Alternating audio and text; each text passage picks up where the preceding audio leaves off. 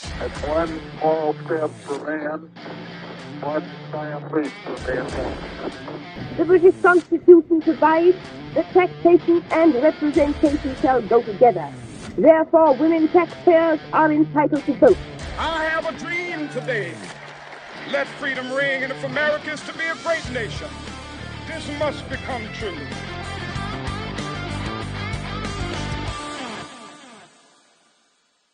Don't you just love a good detective story? I mean, a really good one, full of complex characters and plot twists. Flawed detectives with bad habits, but good hearts and a nose for finding the truth of things. Villains with a cause and heroes that turn out to be anything but heroes. Man, I love those things. Jesse Stone movies with Tom Selleck, the Bosch series, all the Prey novels by John Sanford. Welcome to episode 9 of the Only Human podcast, where today we're embarking on a detective story, trying to discover our hidden identities, to close the gap between who we are today, who we really are today, and who we're capable of becoming. I'm Tonykern, your lead detective on this investigation, so climb in, rookie. Let's head downtown. One of the major themes of this podcast is the power of one. The idea that each of us have a lot more power and a lot more control over the things that far too often get in the way of becoming our best. For years, I've used kind of a goofy algebraic notation that n equals 1. N equals 1. And for those of you that might have dozed off in algebra class, like I did multiple times, n equals the number of elements in a set, right? That's the total group of values or variables we need to assess as part of the equation we're trying to solve. And I've argued that when we understand this simple piece, that n equals 1, we're inclusive of ourselves. A whole world of possibilities opens up. We no longer blame others. We no longer claim victim status. N equals 1. But this quest for personal action relies on a brutal honesty with who we really are. And that's not always a simple thing to comprehend.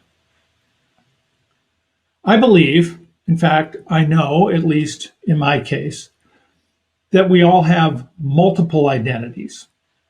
One of the first things we need to understand is that we all have multiple identities that we have to deal with and recognize and manage, often simultaneously. So I want to go over 4 of these today, and I'll introduce them briefly here. We all have a public identity, right? It's what we show the world on Facebook or Instagram or whatever. Might be our professional image and our outward appearance. Those things are vitally important in today's workplace as well as society in general. But it may or may not reflect who we truly are. In fact, it probably doesn't, right? You look at all those happy families and happy posts and achievements on Facebook, and I wonder what's really going on in that person's life that this public identity doesn't represent. Second one is we all have a private identity. That's one that's usually known or only known to our closest family members and perhaps even a few good friends that we trust. These are kind of our personal guilty pleasures and quirky habits. We don't want to show this side of ourselves to everybody, but it's part of who we are nonetheless, right? So maybe it's even closer to the truth than what we show the world. Probably is. Public identity, private identity. But we also have a secret identity. Secret identity is one that we keep hidden from everyone. Right? It might be our innermost desires and secret ambitions, right? Things that are ours alone. We don't even reveal these to our most intimate family members or friends. Yet this is always present, and it is driving us toward new goals, or our secret identity, the ones we keep hidden from everyone, might be distracting us from achieving new goals. Finally, and most mysteriously, we all have a hidden identity that lies beneath the surface of all of these others and even our conscious thought. If you've ever wondered why certain situations or certain people make you feel a certain way, maybe you get angry all of a sudden, or maybe get a wow factor all of a sudden from something and you can't really understand why, this is your secret identity or your hidden identity at work. It's where a lot of our biases lie, deep inside. And like I said, it's unknown to our conscious minds. But we can look for them and we might be able to discover them. Layers upon layers in this case, right? So much to learn, so much to unravel, and so much to leverage. And we're going to do all of that and more in 60 seconds, right after a quick word from our sponsor. Never events occur with or without negative outcomes. Just because something bad didn't happen doesn't mean a never event didn't occur. I want you to start calling these events out. We're going to hold each other accountable. We're going to make that commitment today that says, hey, that was an improper movement. Why are we doing that? That is not who we are. That's not the way we do things. Because if I can fix that behavior, I can fix that consequence. Because if I don't, those behaviors become normalized and they get taught to the next person and the next person and the next person. Before you know it, it's out of control. Visit convergentperformance.com and sign up for Aviation Maintenance Never Events, a proven program that can save your company millions of dollars annually. Welcome back. Our Blue Threat Proverb of the Week this week sets us up for embarking on our own detective story.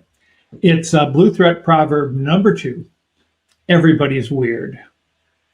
We all have strange things about us. Some we let others see, some we don't. But it's all a part of who we are really and authentically, wildly diverse, even when n equals 1.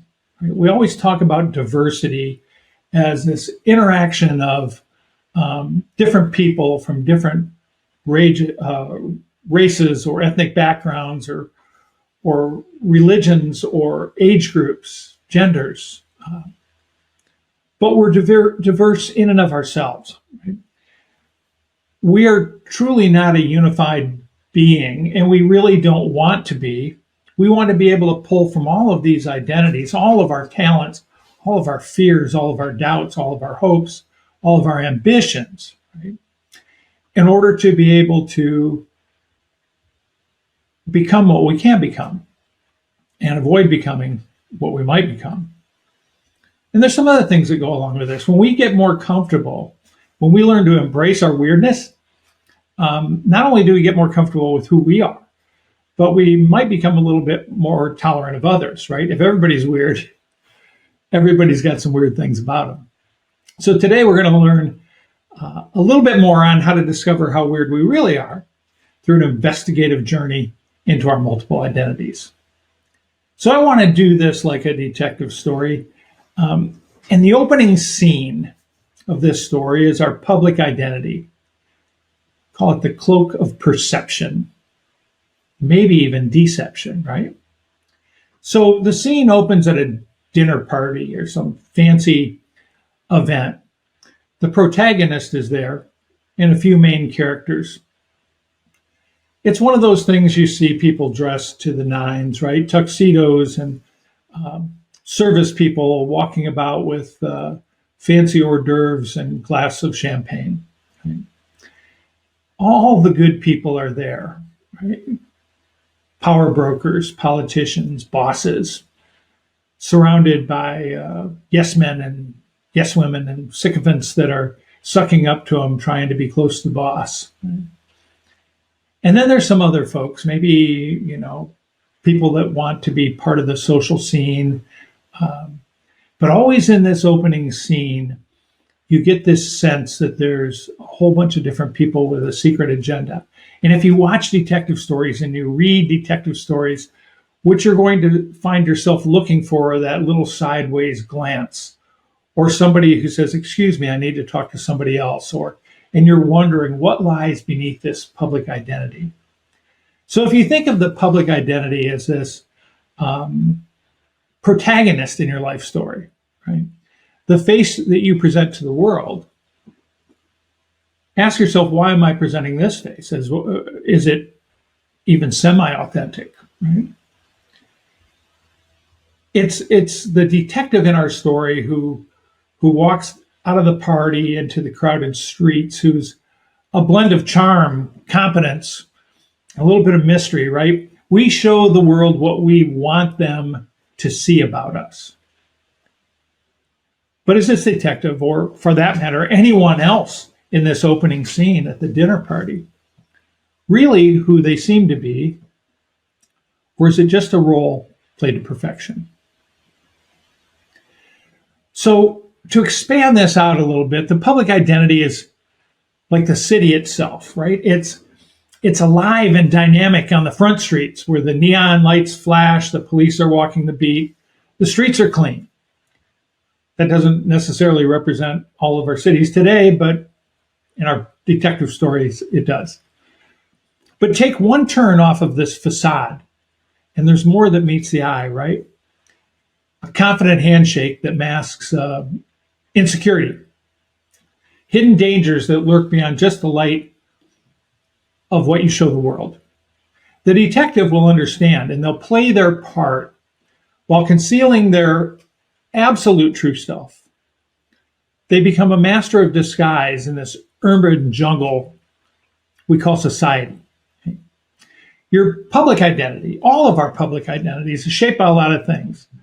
Societal norms, right? Especially with online everything. You know, we have this natural desire to fit in, right? The expectations of the world. What should I be doing at this phase of my life? Right? Probably retired, you're saying about now. It has to do with the roles that you play in your professional and social circles. It's kind of like wearing this trench coat and fedora. It might define you in the eyes of others, but they're all kind of wondering, and we should all wonder this about ourselves. What lies underneath? What lies underneath? What's in the heart? And that takes us to scene 2, the private identity, what I call the inner sanctum of safety. Okay? So after the party, the detective and one or more of his intimate colleagues, typically it'll be some enigmatic character, Watson to the Sherlock Holmes. You step into the private quarters, and here the coat and the hat are off. This is where our hero relaxes, right? Reveals quirks, hobbies, passions, questions, right? It's the version of you that enjoys a particular genre of music, maybe has a unique but twisted sense of humor, or indulges in fuzzy slippers at midnight. Who knows? Comfort food, right? This is where our hero is more genuine, right? It's a rich tapestry of insight, passion, even intimate moments where our hero begins to struggle with himself, his or her motivations, and what they want to do about this particular investigation. Like our detective who's lounging in the study, it's a place of comfort and authenticity where we can be ourselves away from the public eye and really get some things done, right? So it's important that when we get into our inner sanctum, for me, it's my office up here away from the house, that we really let our public identity fall off and get to the heart of unanswered questions about ourselves, our work routines, our physical routines, right? How much sleep we're getting, how much exercise we're getting, all of those things that that stand between being who we are today and who we're capable of becoming should be identifiable when we're in our inner sanctum in scene 2, in our private identity.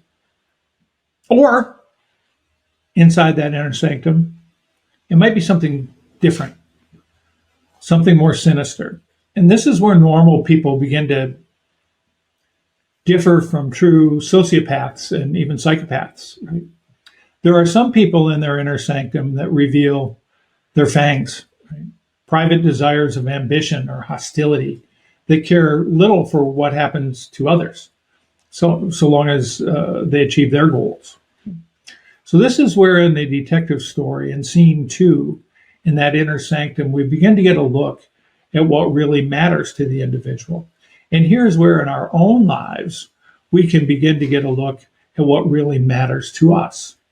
Where does our mind drift when we remove the public identity facade and settle in to our comfort zone? Are we seeking to help others? Are we seeking to solve a problem? Or are we seeking to help ourselves? It's a big question, and an important one. And it all goes back to something we've talked about multiple times already. What is your purpose? What is our purpose, right? And for about the 100th time, and you'll probably hear it 100 more times if you keep tuning into the podcast, my personal purpose, my life purpose statement is to help as many as I can, in as many ways as I can, in as many places as I can, for as long as I can. I wrote that down. I keep it right here, and I do that because when I come into my inner sanctum, if my mind starts to drift away from that, I can bring it back home and anchor to it. So your private identity is intimate, right? It's shared only with a few people that are closest to us. It's more genuine, yet it's still partially guarded. Like a detective who won't share every secret, even with his allies, because he's just not real sure yet about what he or she knows, about how far he can go with revealing everything he believes, right? Even with a trusted partner, man, a good detective always keeps some cards close to their chest. To discover what those cards might be, we have to look even deeper, down to scene 3, the secret identity, which I call the vault of ambitions. So now we're on the back streets, right? Maybe there's a flickering street light, stray dog running down the street, and some of that, you got to have that steam coming up through the vents on the street. Every good detective story keeps a few secrets, right? And so do we. Our secret identity is that vault where our deepest ambitions, our dreams, and our desires are kept locked away. It's a part of us that yearns for something more, perhaps something entirely different than our current profession or life narrative. Right?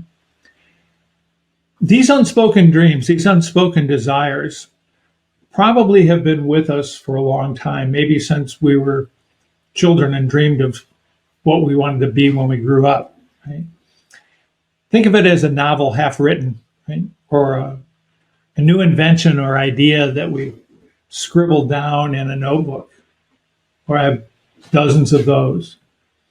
This identity, it drives us, right? It motivates us, but it also scares us, and it should, because it's so easy to go down any of these rabbit holes, and all of a sudden, every layer of our identity above that is shattered, right? Our secret identity is the unsolved case in our detective's file. It's the case of our life that we once, or we still, imagine or dream at the deepest level. It's a mystery that keeps us awake at night, trying to figure out, is it still possible to achieve these goals and dreams? Right? So far, we've gone from the dinner party to the inner sanctum, back out onto the streets of the city to think about these first 3 identities. And we can unravel a lot of things about ourselves and about the things that are in the way of us solving the case. What's that case? The case of why we're not achieving our full potential, right? We can unravel a lot of things just by thinking about those three identities. But there is yet another layer, one that is so deep, it operates completely in the shadows of our consciousness. So scene 4 is what I call the hidden identity, the subconscious underworld. In every detective story, there are just things that he or she doesn't know that are going on. Right? A good author, a good screenwriter will run on parallel tracks, right? Here is what our detective knows, and with their true heart and their good nose, they're sniffing it out and they're going forward. But oh my gosh, there's this other thing that's going on that's going to derail it all. Right? That's how I like to think about the subconscious underworld, our hidden identity. We're going to venture into the most enigmatic part of the journey, right? This hidden identity is the subconscious layer. Like the city's underbelly that our detective walks through, unaware of the secrets that it holds or the dangers present just in that little alleyway off the street, or something that he hears or she hears behind him and turns to look. Right? Is it a guardian angel or a diabolic villain? Is it a friend or is it a foe? Maybe both. Right? This hidden identity is a complex set of, better said, a web of biases, fears, unprocessed emotions, right? It's the knee-jerk reaction you can't explain. It's an unfounded fear of the unknown. Or sometimes an inexplicable joy from something that you don't understand why it makes you feel so happy.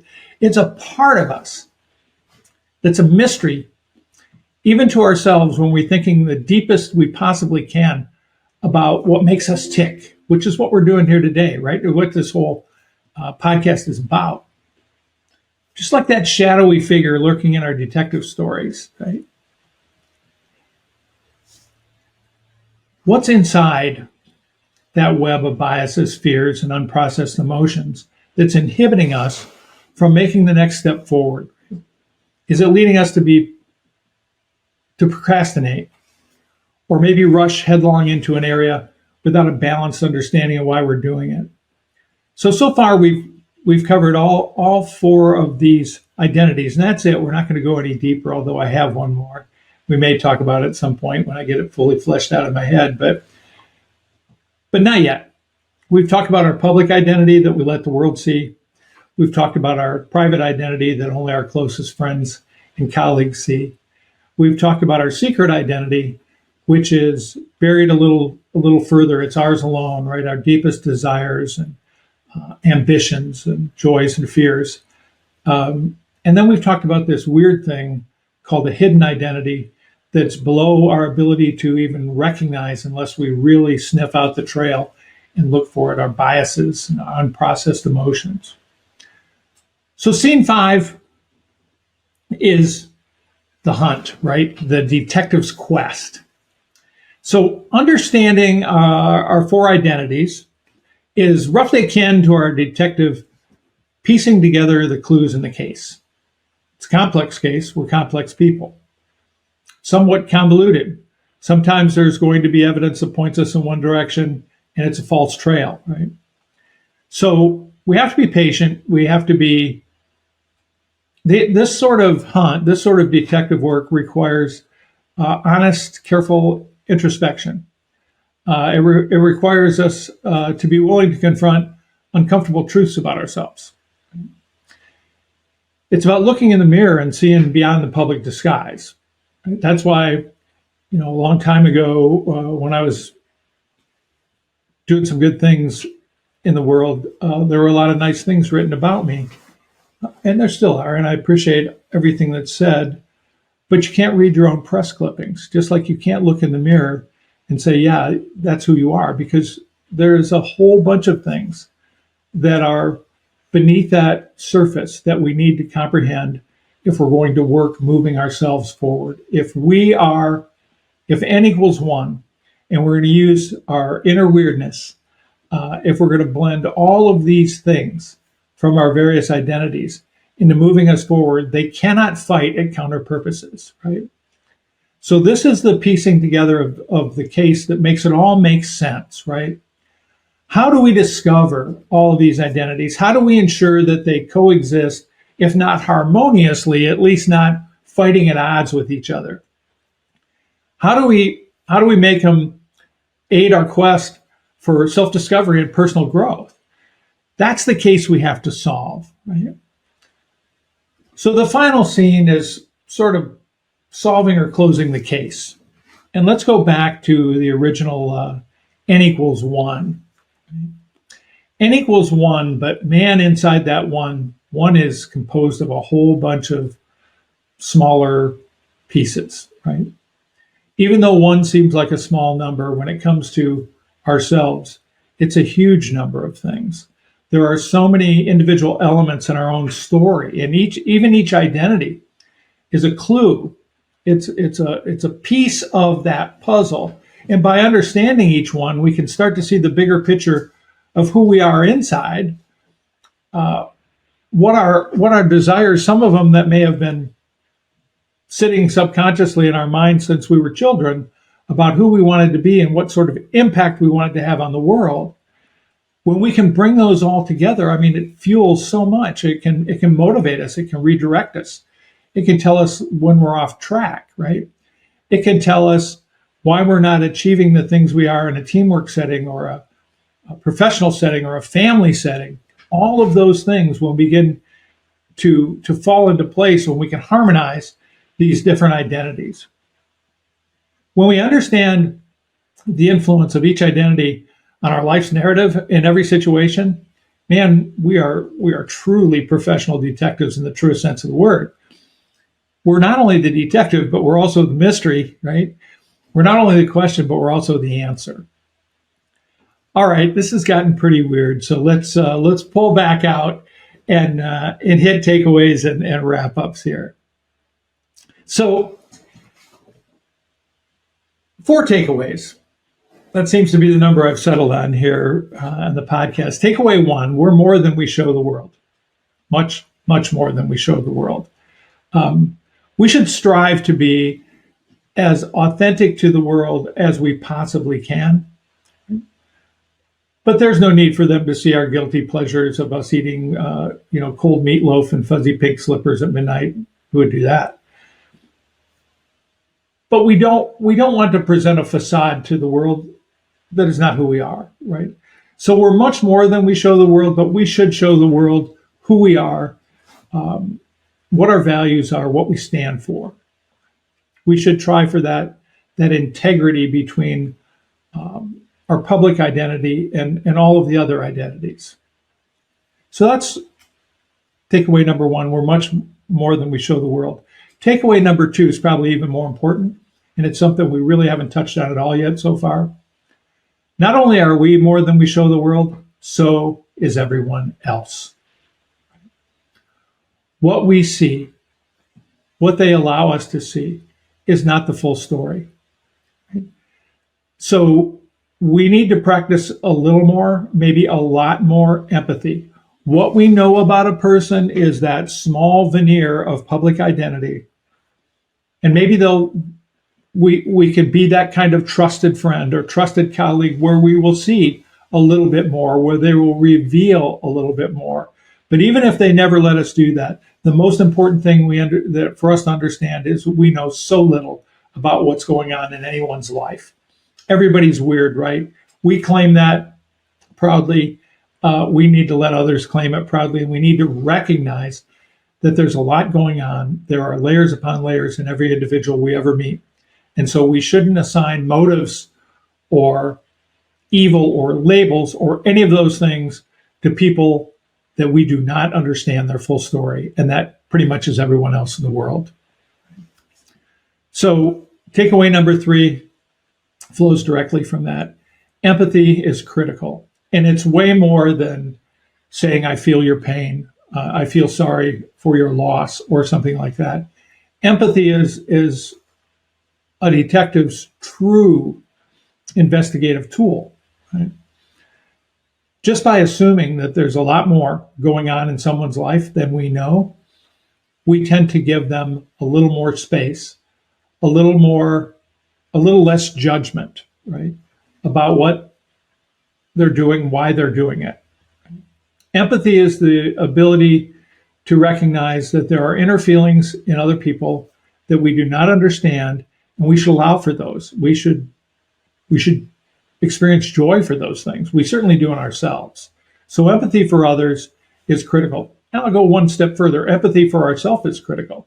When we beat ourselves up because we didn't achieve some goal, or we said something we shouldn't have, or we missed an opportunity, or we made a mistake, we're not giving ourselves the same break that I just said we should give others. There's a lot of complexity inside of us. Unless your intention was bad, and then I think we can beat ourselves bloody about that one. But unless your intention was bad, we need to cut ourselves some slack. We need to have some self-empathy, but not too much to where it's going to say, hey, that's just who we are, right? And so therefore, we're not going to take that next difficult step to improve. All right, so far, first three, we're more than we show the world, so is everybody else. Empathy is critical. And number 4, every good detective story, at least from an author that wants to make a lot of money, has a sequel. Every good detective story has a sequel. The story never really ends. The case is never really solved.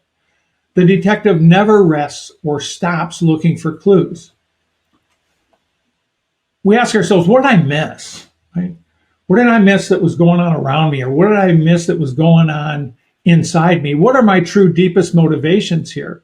Why am I responding this way and not that way, right?